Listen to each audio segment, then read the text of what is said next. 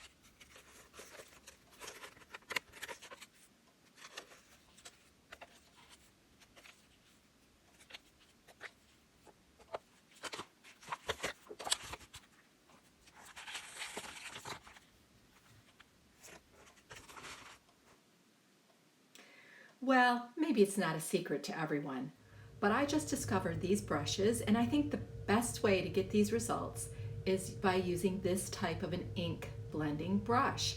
And I recently discovered these, and they are just jam-packed with velvety soft bristles that not only hold a lot of moisture, but are slow to release the color. So they work fabulously to get this result. So now I'm going to take you through a few demonstrations. I experimented with spray ink, ink tints, Neocolor crayons, watercolor, and gouache.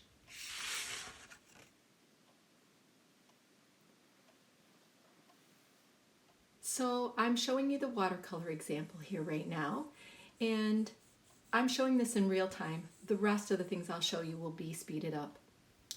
As you can see, I spray my dry pans of watercolor with a little bit of water and a little bit on the brush, and just gently making sure it's covering the brush really well, but at the same time not too wet, and gently applying it. You can see that I'm using circular motions, which you typically wouldn't do with acrylic.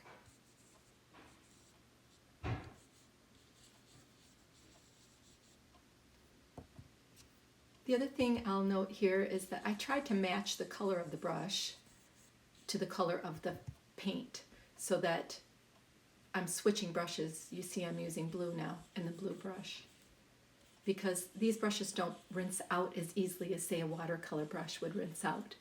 And the other thing I want to mention here is that you can blend the colors directly, which I'm doing. I grabbed the yellow again, and I want to try to make some green there with the blue. Sorry about my wobbly camera. My table is wobbly, and the camera's attached to the table.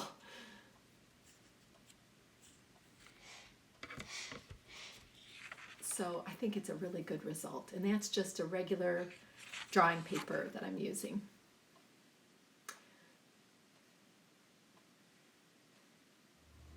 Gouache is very similar. I did squeeze out the red, and you can see that I'm trying to just pick up a little bit of the red pigment from the freshly squeezed paint, because if you get too much pigment on your brush, first of all, it'll go for miles, and secondly, you'll be wasting your either watercolor or gouache paint fresh out of the tube. The other colors on that plate were already dry, and so I just spritzed those.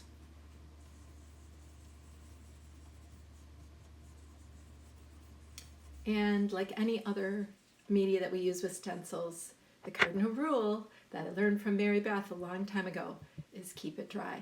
So you can see that blue, it just really absorbed the blue that was on the plate, and I decided I needed a little bit more pigment on there, and rubbing it off just a little bit and then coming back in.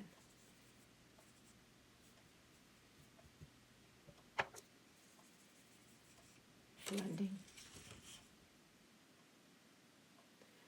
I absolutely loved working with the Inktense blocks because it was so easy. I just opened them up, spritzed the colors that I wanted, and applied it through the stencil. And true to its name, Inktense are intense in terms of color, and I really liked this result. And I thought it was just super easy to just pick up the colors off the blocks, easier than using the pans or fresh from the tube for the watercolor or gouache. This was a lot of fun using Neocolor crayons. I had thought I turned my camera on earlier, and apparently I did not, so I'm redoing this footage here. You just simply take a plastic lid or any other kind of water-resistant palette, and you just apply your colors and spritz with water and go straight to your stencil. The downside of this is just that you'll see you have to keep applying the colors because I'll use all of that up, as you'll see in a minute.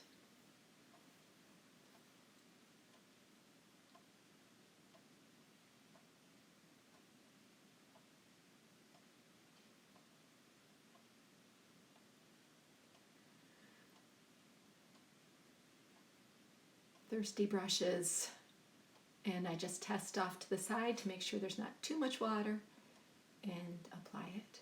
And I'm, rubbing kind of softly at first just to make sure, but I really can use some pressure here, and it does not seep under the stencil. Although it is possible to use too much water and have that happen. This is in real time once again. The other earlier ones were speeded up. One more point. I forgot to switch brushes and these brushes really hold the color really well. So you want to have a clean stencil and you want to have a clean brush, or else use a brush in the same family of colors, or else you're just going to get the wrong color, or not the color you planned on anyway. You can see that the Neocolor is a lot lighter. It's a softer look. It's not quite as intense. Finally, I tested out Ranger Spray Ink, and although I do love these ink, I think for this, oops, I forgot about overspray. It's easy to use up too much of your ink, and you can add some water as well, but I found that this one was the one that was the easiest to get too wet and then have that seepage happening underneath. So if you're careful, you can do this. You might want to blot it off a little bit just to make sure it's not too wet. But so this is fun. You can do this. I think the overspray is a little bit, if you're looking to stay neater, you have to have a box or some way to protect your other work. And you can see I'm rubbing some off down here at the bottom to show you how far that color will go. So to wrap things up, here's some other examples. These were with spray ink. I just want to remind you that the cardinal rule of stenciling is keep it dry. And although water-based media is not dry, you do want to try to keep it as dry as you can, but these brushes really help with that. Make sure your stencils are clean. You can see in some of these images that I had a lot of acrylic paint build up on my stencils. You'll see it in the last image here in a second, but if you have too much acrylic paint, you're going to lose the crispness of your design. And so you can see it here. You can see the little blobs everywhere. I used a lot of acrylic paint on this stencil and I didn't clean it. Also, if it has water-based media on it, you will transfer that to your paper as well. So use a corresponding brush color, the handle of the brush with your paint, and that will help you. And then clean your brushes using Murphy's oil soap. I soaked mine in a solution overnight, and then I rubbed it very vigorously and tested it on a scrap piece of paper or cloth to make sure it was clean.